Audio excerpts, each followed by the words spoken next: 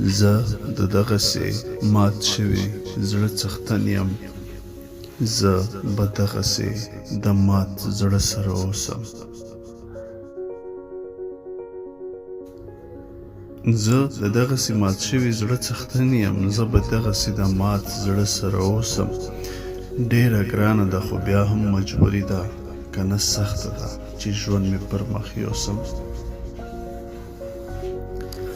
نه وایم ګیله قدرې هم نه کړم، تا ته نه وایم چې تا مې زړه مات کړی. زه همداسې له اوله مات ګرځم، داسې وګڼه چې ما مې زړه مات کړی.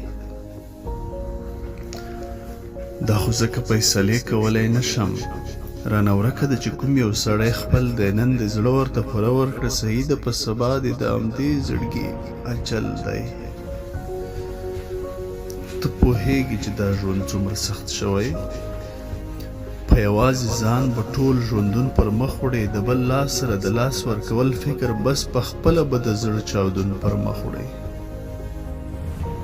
او نه وایم ګیله قدرې هم نه کړم، دا د دغې وخت د خلکو حقیقت دی. هر سړی د ځان تر ګټې محدود شوی، هره مینه ځان ښودنه او تجارت دی.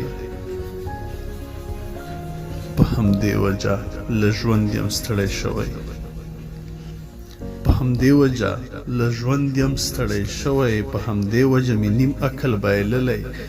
لا تر اوسه په ډډه زړه ویده نه یم، نه تر اوسه له خوب خوښ یم پاڅېدلی.